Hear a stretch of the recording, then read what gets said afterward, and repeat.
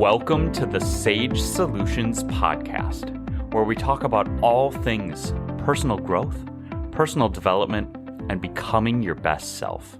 My name is David Sage, and I am a self-worth and confidence coach with Sage Coaching Solutions. I'm excited today to have my sister, Anna, joining me. She's normally taking on a role of one of our two reoccurring co-hosts, but today her and I are really working on this one together. We've done a lot of prep. I'm really happy to have her on as a guest. I've really looked to her when it comes to this topic for a long time now. So really this episode has been a long time in the making. So welcome, Anna. Yeah. Looked to me for this topic. What you're really trying to say here is I am an emotional creature. I have big feelings. You do, but you also have a lot of emotional intelligence, and you use the skills that we're talking about today in the work that you do and just in the conversations that we've had around it. And yes, maybe part of that is because it's helpful for you to manage your own emotions, but still. Yeah, this is true. I've always found the concept of emotions to be very fascinating, and I notice a lot of nuances in every interaction I have, be it through work, my personal life. So I naturally was the one to be like, hey, you got to see this book that we're going to be referring to today. And I hope that you as the listener get a lot of benefit from this discussion too. But before we get into it, our goal with this podcast is to share free, helpful tools with you and anyone you know who is looking to improve their life. So take action, subscribe, and share this podcast with them. So we kind of danced around it before, but today's topic is all about emotions. What we're really talking about here today is emotional awareness. How to recognize, understand, and label your emotions. I want to be clear though. If you're thinking, oh God, an emotion episode, it's going to be all touchy-feely and get super deep and sappy, you're thinking about this all wrong. Emotions and feelings are such a huge component of our lives. If you've ever heard the expression, emotion is the spice of life, your emotions, your feelings, your desires, this is what actually makes life worth living. What's the point of doing anything if you felt nothing always? You would have no drive or desire to do anything. This is why it's a big misconception to think that your thinking brain, your logical brain, is in the driver's seat. I believe it was Plato that actually talked about this metaphor of a chariot driver and the two horses that are actually pulling the chariot, and he's just helping try and direct them a little bit. Now, I believe one of them was like your soul, which was your values and morality, the things that are important to you, but the other one was your passions, your emotions, your desire, your feelings. This is what actually pulls you. It's well documented in psychological research that emotions and feelings are what actually drive our actions, our decisions.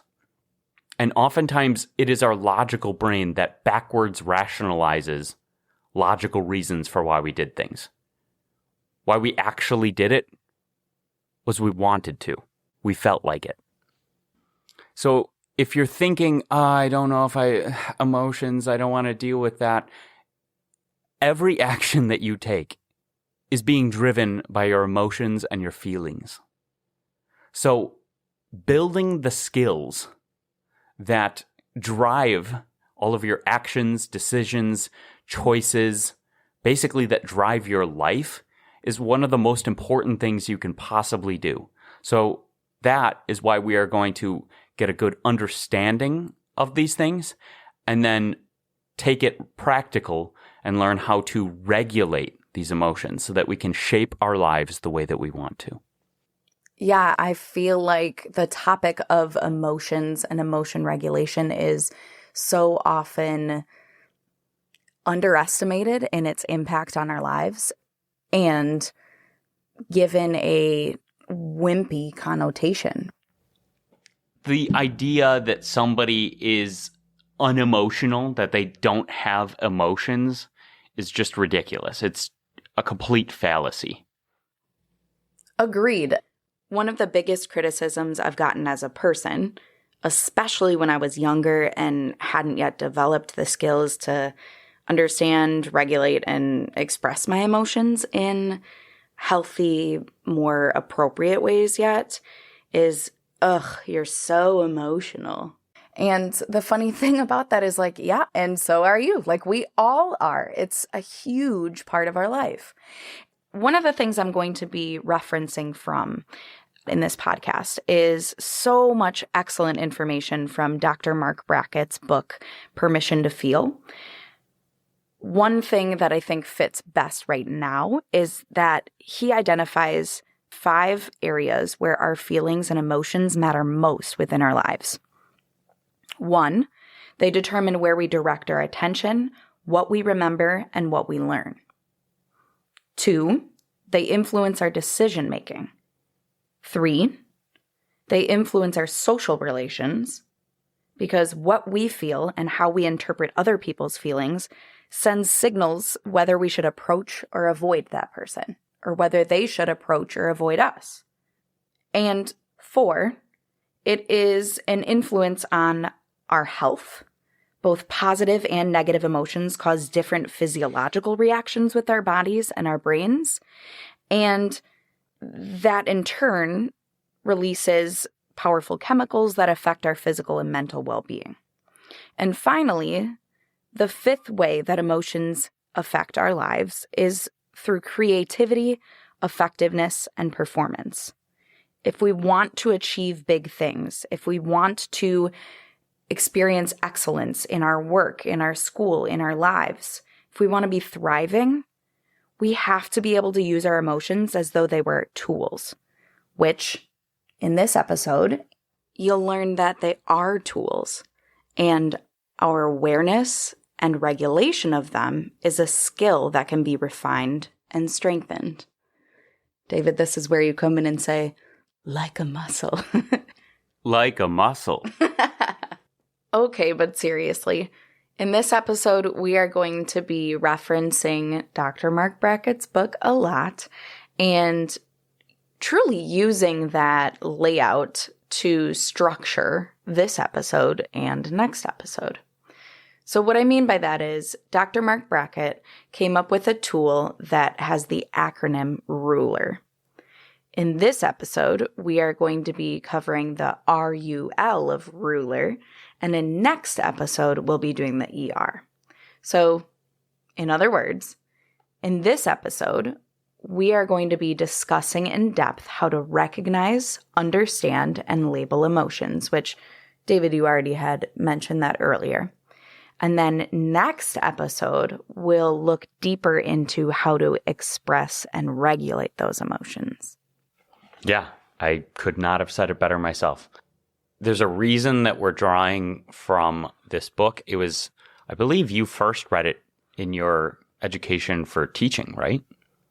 I actually wish that was the case and that preparation for teachers did include a lot more learning about emotional intelligence. It does, don't get me wrong, but not to this extent.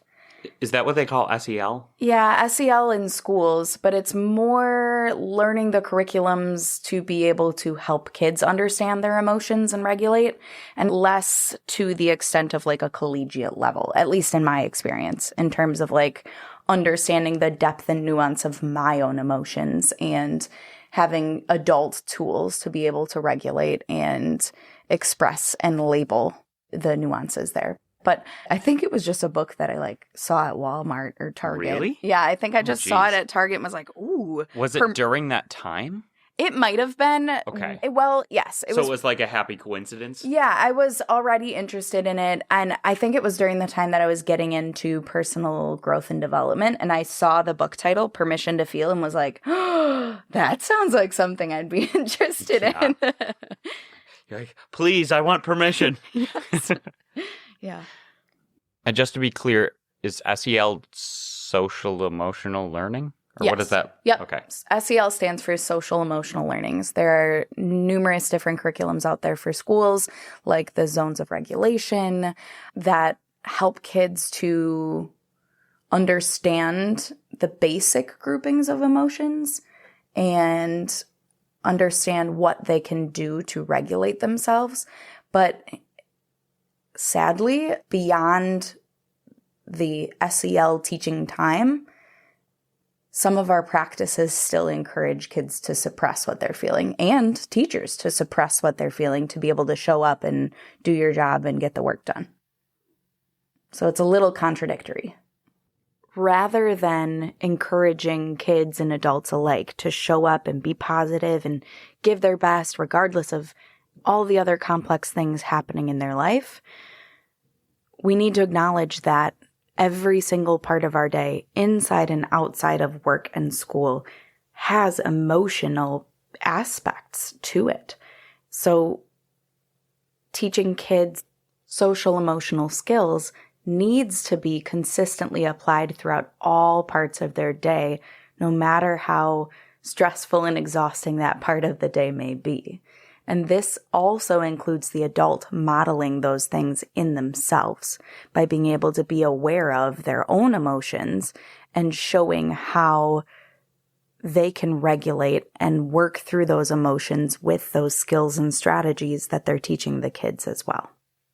But I acknowledge at the same time that there are moments where the adult in the room has 26 kids that they're taking care of. And if 2, 3, 4, even just one are wildly dysregulated and the teacher's already overwhelmed and frustrated and exhausted themselves, they may not be able to effectively support that kid to put what they're learning in that SEL time into practice in real time. And understandably so. I'm not shaming teachers in any way. I'm just kind of identifying some of where, yes, SEL learning is great, but how can we incorporate it into all parts of the day for not just the kids, but the adults to be able to truly apply and understand this for themselves at an adult level. Right. And obviously there's times where the adult has to not really suppress, but just like detach from the emotions that they are feeling, especially because of emotional co-regulation dynamics, where even though the adult may be feeling those things, they may have to set that emotion aside because expressing it at that point in time may further dysregulate the kid. So there is a lot of gray here. It's not just like, yes, all emotions all the time, always good, and there are a lot of jobs where you have to learn how to set those emotions aside, at least in the moment, depending on the situation. Right. But there is a big difference between understanding when it's appropriate to set your emotions aside and reflect on that and work through it later versus being encouraged to, nope, you need to show up, you got to be positive, you got to be all of these things all the time and suppress whatever else is going on in your personal life and just shove that down. Well, and the reality is that suppression often isn't working. It either isn't working or it causes it to explode out even more intense later on, or people think that they're suppressing that emotion and it's leaking out everywhere in small ways of everything that they're doing and making things worse. So it really does get complicated, and I know we're getting a little in the weeds here, so we'll get back on track. So in order to have a full conversation about this, I think we should get clear on the terms that we're going to be using and give them some definitions and explanation. I think we've all heard the terms left brain, right brain, where it's like, oh, right-brained people are more emotional and left-brained people are more logical. And while it's true that more of your emotions are handled in the right side of your brain and more of your logic is handled in the left side of your brain, it is a wild oversimplification, and we all use both sides of our brain. So this actually reminds me of taste buds. I don't know if you remember growing up, they showed your tongue with like different taste bud receptors. Mm-hmm. And it was like, oh, this is where you taste bitterness. Yeah, except you actually taste everything everywhere. It's just like those are the areas that have the most of it. Sure. That's kind of how the brain is too.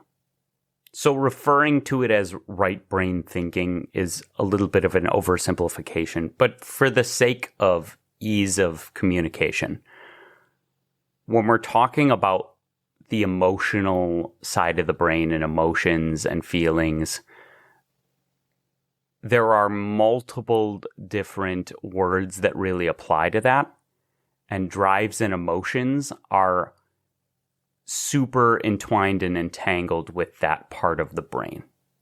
So truly, it is the emotional section of the brain that drives our behaviors, not just our emotions. Right, but I'm going to be honest, sometimes I get a little bit confused with all the different terminology surrounding emotions, like the difference between emotions and feelings and moods and... Am I missing any? Yeah, so let's just break them down. We'll go through the major important ones in this next section.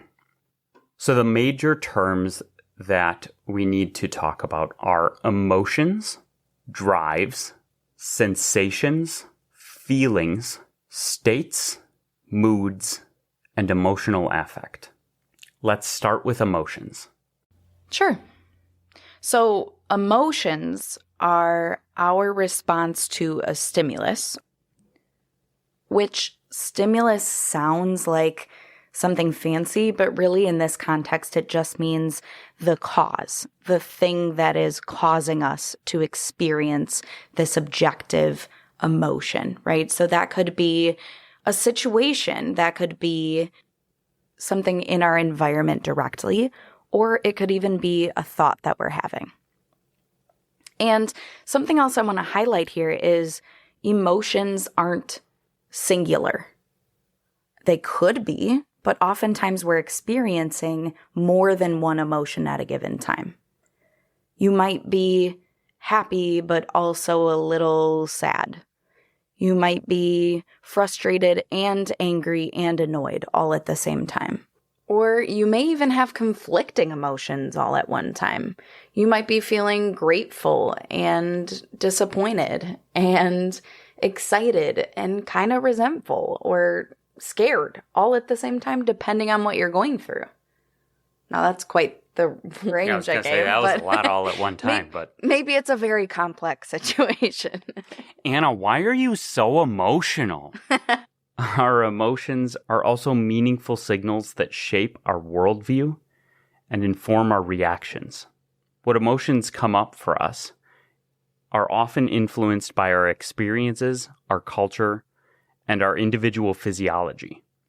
There are 6 basic emotions that it's generally considered pretty much everyone feels. Those are fear, anger, sadness, disgust, joy, and surprise.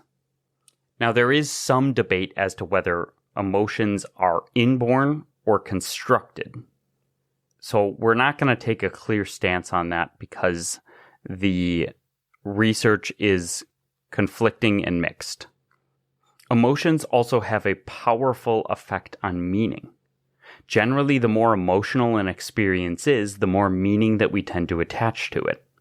So your emotions can drive your action. For instance, if you are angry, that can motivate you to do something out of that strong emotion of anger.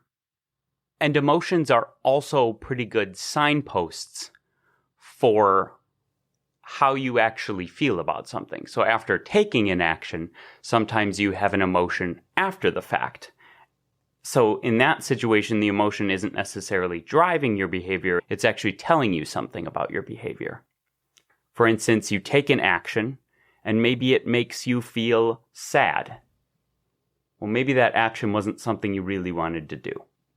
However, the emotional part of your brain that drives action is not primarily in pure emotions. It's in your drives. So your drives are motivations that are generated by your needs and desires. There are both physical and psychological drives. Some of your physical drives are things like hunger, a drive for food, thirst, a drive for water, sleep. Well, I guess that one's a drive for sleep. But being tired, a drive for sleep. A sex drive is another physical sensation that people feel that drives them to take actions. But we also have psychological needs and desires, like love and connection, certainty, safety, significance, growth, contribution, mastery, a desire to do something that's pleasurable, like play a game. It's the emotional part of the brain that drive you to action. Now, both emotions and drives often create physical sensations in your body. Right. So the drive of being tired and needing sleep, you feel your eyelids getting heavy, or you feel like your brain's thinking really slowly, or you're yawning. Your drive for hunger, for food, you start to feel your stomach grumbling. Or for me, the weirdest thing, I start getting cold in my hands and feet. Or let's switch to an emotion. Let's say you get angry. Maybe your ears feel hot. You can feel tightness in your muscles. Your heart rate increases. Your jaw is clenched. Mm-hmm. Or excitement. You start to feel that increased heart rate, that I don't even know how to describe it. Your stomach feels like it's lifting and... Like butterflies almost? Yeah, butterflies, like you're anticipating something wonderful and you just feel it in your stomach and your body. Maybe even like a sensation of energy rushing through your whole body. And just to be clear, not all physical sensations are caused by drives or emotions. You can just feel something brush up against your arm. That's not like, oh, I must be feeling anxious. It's, like you have physical sensations that are unrelated that you are going to notice. And I guess those play in and of themselves. But we're more talking about how your physical sensations lead to or are caused by your drives and emotions. Actually, I'm going to take a tiny step back here. You could have a physical sensation cause an emotion. Like the feeling of a spider crawling on your arm may cause a fear response, right? Yeah, I will scream and try to hit it off of me. So it can go both ways, just to be clear. But really is the culmination of all three that actually create your feelings. Mm-hmm. So this is the term that I think most regularly gets confused with emotions. Emotions and feelings, we kind of use them interchangeably. However, there is a nuance here. Your emotions, your drives, and your sensations are all objective. They are things that can be measured in one way or another. They are objective and real. Your feelings, while still real, are your subjective experience of those things. Your feelings are the culmination of your emotions, your drives, and your sensations, but not just combining them. It is your personal, subjective experience of them, meaning it is the way that you actually experience them all together at the same time. Can we give an example? My subjective experience of anger, because of my background and experiences and thoughts going through my head, may be different than your subjective experience of anger. There are so many other things that play into the way that we experience our lives that you can't really measure it the same way that you can objective things. Gotcha. So the emotion of anger is the emotion of anger. That's not subjective. But My sensations of anger may vary from yours. The things that drive me to feel angry may vary from yours. No? Yes? Kinda. I just want to be a little careful with the wording because it's not necessarily that a drive causes anger. Sure. But yes, the things that make you angry may be different than the things that make me angry. Right. And you may experience a much more intense version of anger, or you may really dislike the feeling of anger. Whereas, let's say if anger is maybe my emotional home, my comfort place, where I go when I get upset, then I may actually feel more comfortable being angry than someone else. There's just so many things that affect your subjective experience of reality. Remember, we are the consciousness that experiences our reality. So really, all of it is feelings. Mm-hmm. We just have objective words that explain these emotions, these drives, and these sensations so that we can measure and understand them and communicate them well with other people. All right, so we've covered emotions, drives, sensations, and feelings. What's next? The next topic is states. Now, states and emotions have a lot of overlap, just like how emotions and feelings can have a lot of overlap, and how drives and feelings have a lot of overlap. Let me give a couple examples. When you're saying, I'm feeling tired, you are talking about your feelings, which is a combination of the sensation that you're feeling and the drive to sleep. When you're saying, I'm feeling angry, you're talking about your subjective experience of the emotion. So it is an emotion that's happening to you, but you're experiencing it. So it's like a combination of the emotion and the sensation, like we talked about before. This is why feelings and emotions especially are so often interchanged, because the line between whether it's your objective word or your subjective experience of it oftentimes isn't very important in the way that it's being talked about, right? So when you're saying, oh, it's my feelings or the emotions that I'm experiencing, it doesn't really matter that much whether you're referring to the objective emotion or your subjective experience of them. You're really just talking about the concept that you're angry. It's totally unhelpful to get that in the weeds with it. This is more just for like fully understanding how these all interplay. So there are plenty of times where they are truly interchangeable for all intensive purposes in language. But states and emotions have a big interplay because there is a huge correlation between an emotion and an emotional state. If you take a given emotion, there is a very correlated high energy or low energy state to that emotion, and there is also a very correlated positive or negative aspect to that emotion.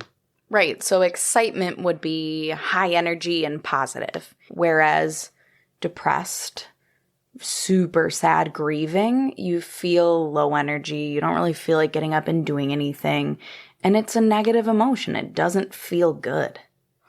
Exactly. So the emotional state of being high energy and very positive is very correlated with the emotion of excitement. And excitement may be causing that emotional state, but it doesn't necessarily mean that the emotional state causes excitement. Marc Brackett uses a quadrant with two different axes, determining your emotional state.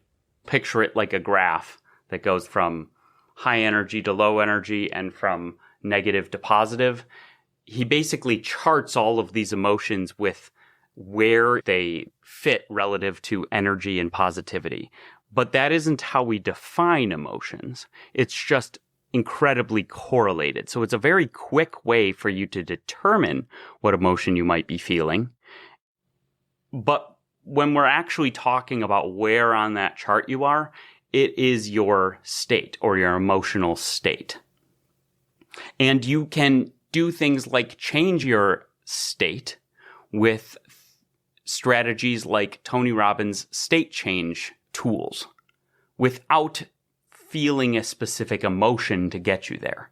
You can raise your energy. You can raise your positivity. And it may lead you towards an emotion, but they aren't exactly the same thing. So we're making a distinction here because there are ways to mess with your state without creating a specific emotion.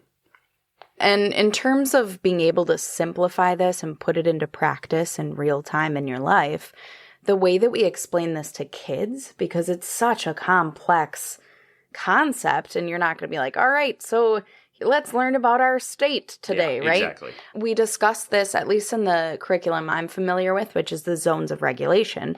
We discuss your state as a zone. And similar to Marc Brackett's work, we have the red zone, the blue zone, the green zone, and the yellow zone. That red zone is encompassing all of those emotions that are high energy but negative emotions. The green zone are those that are low energy but positive. The yellow zone are high energy and positive. And the blue zone are low energy and negative. So it just kind of helps kids to visualize and determine their state first without having to have complex vocabulary around different emotional names, right? Because most people really only know, especially kids, mad, sad, happy, scared. Right. So that can at least help them identify, okay, how is my body feeling? What zone am I in? What state am I in? Without having to know, oh, specifically, I am feeling the emotion of contempt, right? Like all those fancy vocabulary words. No, that makes a lot of sense. Just to undo the work that you just did. I'm just kidding. No, but to recomplicate it slightly, for the sake of shades of gray and nuance, the other reason that we separate them is because you can be experiencing multiple emotions at the same time. So your state may not correlate to that one emotion because you're feeling three. And if they're conflicting emotions, you might have a weird state that's kind of in the middle because it doesn't correlate just to one of them. Right. So that's why we kind of have to make that difference. Now, I know that you said, especially with children, you're not going to get into all of these different words because it makes it more complicated, but there is something to naming it to tame it. There is something to having a more broad emotional vocabulary. The more different emotional words that you know and use, the more emotional nuance you will have in your experiences. No, I totally agree. I don't want to oversimplify anything, especially with wanting to communicate to somebody and feel understood and seen. The more nuanced your vocabulary is, the better you'll be understood for what you're experiencing. But this isn't easy. It's hard to just have all of these emotional words at your fingertips at all times, especially when you're actively feeling them and trying to sort out what are the 5 things I'm feeling right now. True that. So I actually have an excellent resource, which we'll work on linking to this podcast if it's something that you may find valuable, which I truly think you will. Hold on, is this a free resource? I hope so. I don't know. I'm not totally sure. Are you paying for it? No, I'm not paying for it. But the nice thing is through my insurance, it's a benefit to get for free. So you may want to check into your medical insurance and it could be something that you could access. If it's not free, I apologize, but it may be something worth investing in. I'm not sure. There may be other platforms that would be an easy resource as well. Maybe we can also include a link to a picture of the chart, which could still be useful compared to the app, which I think makes it a little more interactive. But here, why don't you get into it?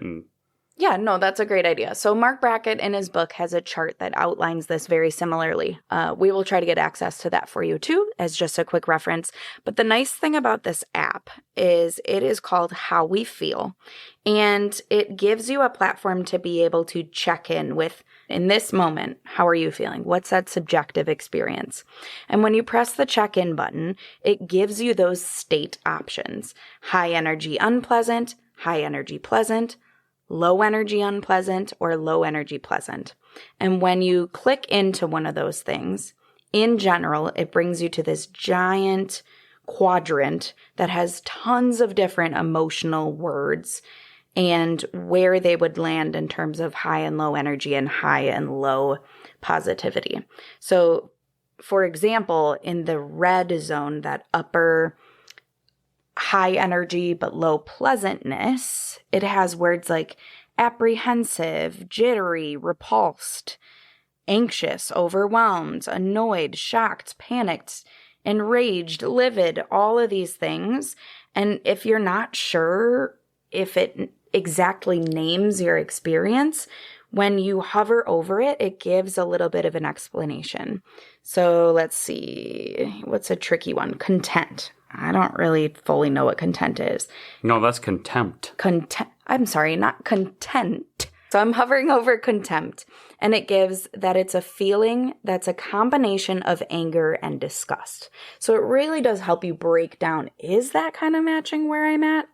And once you click on it and say, yep, that's definitely something I'm resonating with, you can give information as far as like, what are you doing right now? It gives you space to journal about it. And like David mentioned, if you're feeling a wide variety of different emotions, it gives you a chance to add other emotions too. And you may have multiple emotions from multiple states, but it just helps you, A, learn some more words to better express your different states and emotions and feelings, and B, help you reflect and become more aware through regularly utilizing it. So we will include those links in the description. Whoop, whoop. So moving on from states, we have moods. Moods are underlying persistent emotional states. They are sort of like a state over time. So for maybe, let's say, 5 hours or for a whole day, you might just be in a quote-unquote bad mood. Maybe that's generally low energy and negative. Or maybe you're in a good mood, and that is high energy and high positivity. Or maybe you're in kind of just a like low energy but positive mood. Like you're in a good mood, but you don't feel like doing a bunch of stuff. Mm-hmm. You know, it's really an underlying state over time. So you may actually have an underlying mood that is different than your current state. Something might put you into a current emotional state because something freaks you out. But then your underlying mood for the time being is still sort of there, and then you return back to it. Okay, so just for the sake of example, because that always helps my brain, let's say I got terrible sleep the night before. I wake up and I'm just kind of in a low energy, grumpy sort of mood, right? Like all morning I've just been kind of grumpy, a little cranky, and then all of a sudden there's a spider on my arm. My state's going to change real fast. All of a sudden I'm going to be terrified, high energy. And then after I brush it off my arm super fast and it goes away, then I'm going to probably settle back into the mood I was in. Or maybe that was enough of a state change that it wakes me up and yeah. I'm somewhere else, you know? I think we all kind of inherently understand being in a good mood or a bad mood. Now let's get to the even longer term one. Yeah, mood, we all kind of understand. However, there is a difference between your mood and your affect. So if you think of a mood as like, man, all morning or for a few hours, I was feeling this way. This was my state. Your affect is like a mood, but even more long term. So it's often over weeks, months even. It's your general emotional disposition over a period of time. So let's say you go through a terrible breakup. That's not going to be a mood. That may be affecting your general emotional disposition for a while, causing a negative emotional affect. Mm-hmm. Or maybe you're just happy with life in general. Things are going good. And when you think back on the last couple weeks, you're like, yeah, I'm just happy, That's another way of thinking about affect. Mm-hmm. Yeah, I mean, that's pretty clear to me. So review, we have emotions, drives, sensations, feelings, states, moods, and affect. So what is emotional awareness? Emotional awareness is the ability to recognize, understand, and label your own emotions, and the emotions of others in real time. It involves moving beyond basic feelings like just feeling good or feeling bad to identify specific emotional states, such as frustration, anxiety, or gratitude, and understanding how those emotions influence our thoughts, behaviors, and physical reactions. Some of the major components are self-recognition, identifying what you're feeling as it's happening. Emotional literacy, actually having the vocabulary to differentiate subtle feelings, such as distinguishing anger from underlying hurt. Understanding triggers, which is recognizing why a specific situation or thought caused an emotional reaction. And empathy, tuning into the subtle visual, vocal, and situational cues to recognize what others are experiencing. Developing emotional awareness forms the core foundation for developing emotional intelligence. It's pretty hard to manage or regulate an emotion if you haven't even realized that you're feeling it. So let's start with the R in ruler. Recognize. Recognizing the occurrence of an emotion by noticing a change in one's own thoughts, energy, or body, or in someone else's facial expression, body language, or voice. That's the first clue that something important is happening. Next, we have the U in ruler, which is understanding your emotions. When we understand our emotions, we build on the first skill of recognizing the cause of the emotion and move on to seeing how they influence our thoughts and decisions. This helps us make better predictions about our own and others' behavior. And lastly, we have the L in ruler, which is labeling your emotions. Labeling refers to making connections between an emotional experience and the precise terms that we use to describe it. People with a more mature emotional vocabulary can differentiate among related emotions, such as pleased, happy, elated, and ecstatic. Labeling emotions accurately increases self-awareness and helps us to communicate emotions effectively, reducing misunderstanding in social interactions. I'm going to somewhat quote directly from Permission to Feel, specifically Chapter 6 on labeling emotion, not because I don't have things to say, but because what Dr. Marc Brackett says is already so substantial, and it just makes sense to use directly from the source. So there are literally hundreds of words that we could be using to describe our feelings, but there is quite a gap in our general society's knowledge and vocabulary when it comes to the nuance of different feelings. And we see that so frequently when you ask somebody in public, hey, how are you? And they respond with something like, oh, I'm good. I'm fine. I'm busy. Staying busy. Can't complain. Yeah. There's so many different things that you're used to hearing all the time that genuinely mean nothing. I actually usually default to can't complain. Which tells me like, oh, okay, so you just don't actually want to talk to me. Or like, oh, okay, moving on. No, I think I subconsciously am trying to tell other people that I... Stop complaining. I mean, I hear you there for sure. Yes, but anyways, getting back to this. If we don't have a proper vocabulary, we can't label our emotions. And the problem with that is if we can't label them, then we can't properly consider them or put them into perspective. But this isn't just rhetoric. We know from neuroscience and brain imaging research that there is real, tangible truth to the proposition that if you name it, you can tame it. In this way, labeling an emotion is itself a form of regulation. And there is quite a big difference between different emotions. Each of them have their own cause and they require their own course of action. And of course, fall in different places on that chart. Right. So labeling our emotions with precise words does 4 really important things that help us in our lives. The first is that it legitimizes and organizes our experience. By that, I mean it gives the emotion substance and it creates a mental model of what that word means so that we can compare what we're feeling with what other people feel and with other feelings that we have. Okay? The next way that it helps out is by helping other people to meet our needs.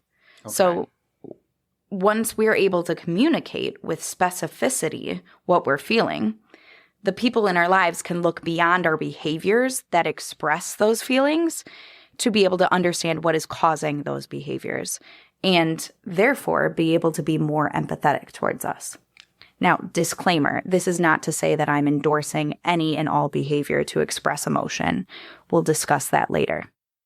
Yes, and we have a framework that we're going to talk about in our next episode that is a really, really helpful way of doing that, of communicating those. Mm-hmm. So, the third way that labeling emotions is helpful is that it helps us to meet the needs of others. So once we know how someone else is feeling and we understand the label they're putting on their feelings, we can also more readily support them and be more readily empathetic to them, right? So just the inverse or the flip side of the last one, right? Right. And finally, it connects us to the rest of the world. So our emotions become a form of communication, a way that we can share our experiences with other people. And there's a body of research showing that the health benefits of being connected with other people is amazing. I know that you touched on that with Hannah in which podcast was that? Finding Your Tribe. Yep. And so if you're interested in that, certainly give that one a listen. But being connected with other people helps us be healthier. And being able to label what we're experiencing is the start of that connectivity. Yeah, this makes a big difference both for yourself, for the reasons that you said, of being able to fully understand what you're feeling by having better words to describe it, right? If you just label everything that's in that state of high energy, low pleasantness, angry, then when it's lower energy, low pleasantness, and you're just annoyed, calling annoyed angry gives it a lot more power, I guess. You're giving it so much more intensity on both metrics. And to some degree, that can be a self-fulfilling prophecy. You can talk yourself into going from annoyed up to maybe, I don't know exactly the quadrant, but like irritated or frustrated, and eventually all the way up to angry, which is kind of in the middle. I'm personally not a huge fan of the super generic emotion words being on the chart because I think they're more like categories that these sub-emotions fall in, but that's just more my personal take on it. But let's dive into an example of how several of them are different. I hear people use feeling stressed, feeling anxiety, feeling fear, and feeling overwhelmed super interchangeably. And while they can definitely be linked, and often people are feeling more than one of them, they are also definitely different. So let's take stress. It's a psychophysiological response that occurs when perceived demands exceed perceived resources. This is triggered by pressure, workload, expectations, or change. It involves activation of the stress response system. It's not always negative. It can be motivating in moderate amounts. And it's really about imbalance. Like, this is a lot, and I'm not sure I can handle it. Basically, the demand is more than the resources that you have.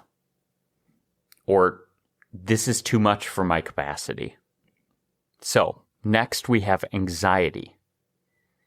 This is defined as a future-oriented emotional state characterized by apprehension about uncertain or potential threats.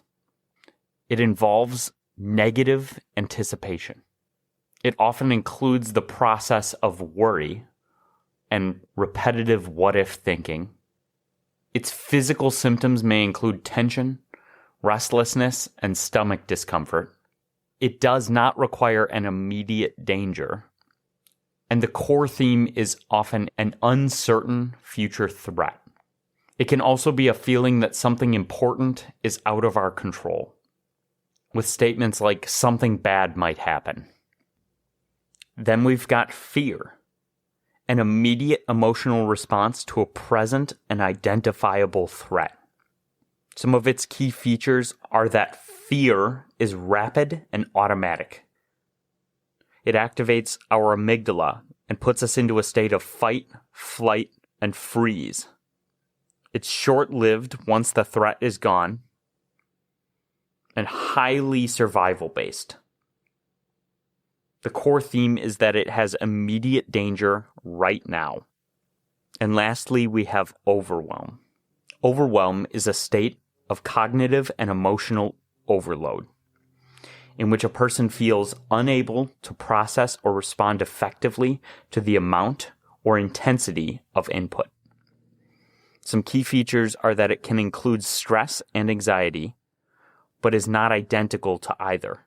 In fact, there are multiple other emotions that could come in with such intensity that they cause overwhelm. It may result in shutdown, paralysis, irritability, or emotional flooding. It's common when you're facing too many simultaneous demands. And the core theme is too much input or intensity to manage. It's a little different than feeling stressed and comes with phrases like, I cannot process all of this right now. So as you can see, they are definitely similar in some ways, but there are some pretty distinct differences between them. And using the right word helps you understand what you're actually feeling. But stress, anxiety, fear, and overwhelm are not the only emotional labels that get mixed up. A few other examples include the difference between jealousy and envy. Jealousy, according to Permission to Feel, is a form of fear. Fear of losing someone important to you, especially to someone else. Whereas envy has to do with wanting something that someone else has. Now, that could be a person, but it could also be a thing, a position, even a reputation. And envy is caused by our coveting something that's not ours.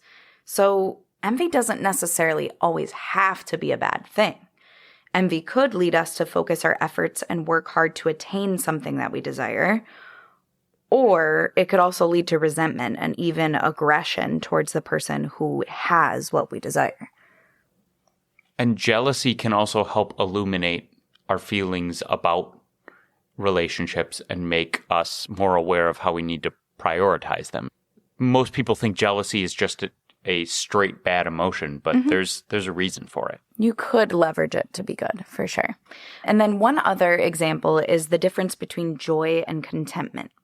Now, this is even more so nuanced because most dictionaries define joy and contentment nearly identically as states of being happy and satisfied.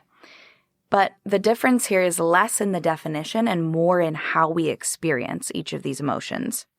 Because joy feels energetic, whereas contentment feels calm. Yeah. So this is where we're really giving consideration to the level of energy in our body with these different emotions. And joy is caused by a sense of getting what one wants, whereas contentment is caused by a sense of completeness, which is more not wanting or needing anything else. So joy is something we strive for, like the pursuit of happiness, right? Sure. Whereas contentment is more of a state of balance, not something that we actively pursue. And I guess the caution here would be if you are actively pursuing happiness, it can become something that's not a positive because it can become self-defeating. Whereas we want to get to a place of contentment where we are happy with what we have, focusing on the present and cherishing and finding gratitude in that moment. And to some degree, we're actually designed to not always be content, because if we were always content, it would prevent us from striving for things that actually better our lives. So there is a little bit of a balance. Eventually your content will subside and then you have to strive again. And then Right. Like a yin and yang. It's a gray area. You want to be seeking joy, but you also want to balance it with making sure you're experiencing contentment too.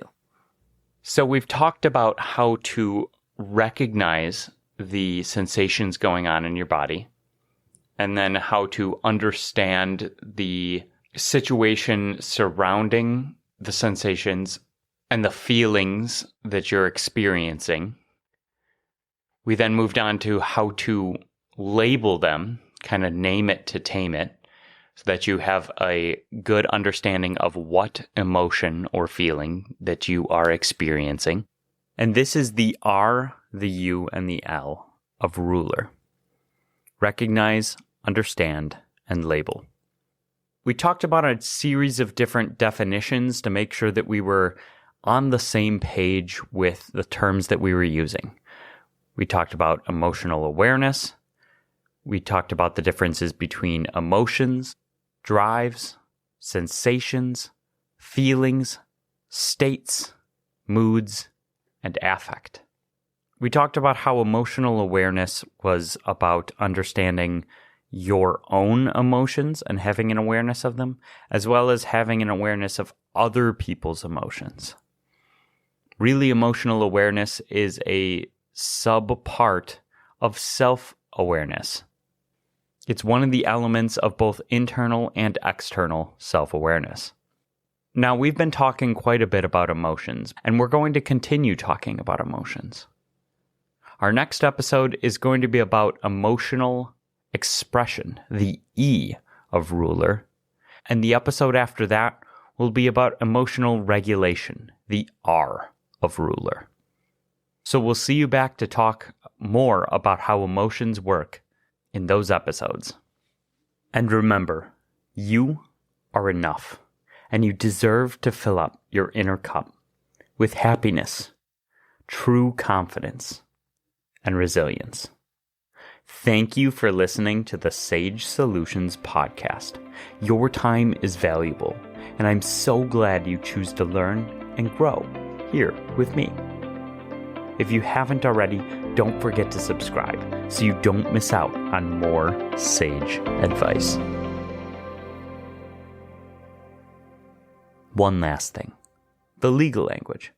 This podcast is for educational and informational purposes only. No coaching-client relationship is formed.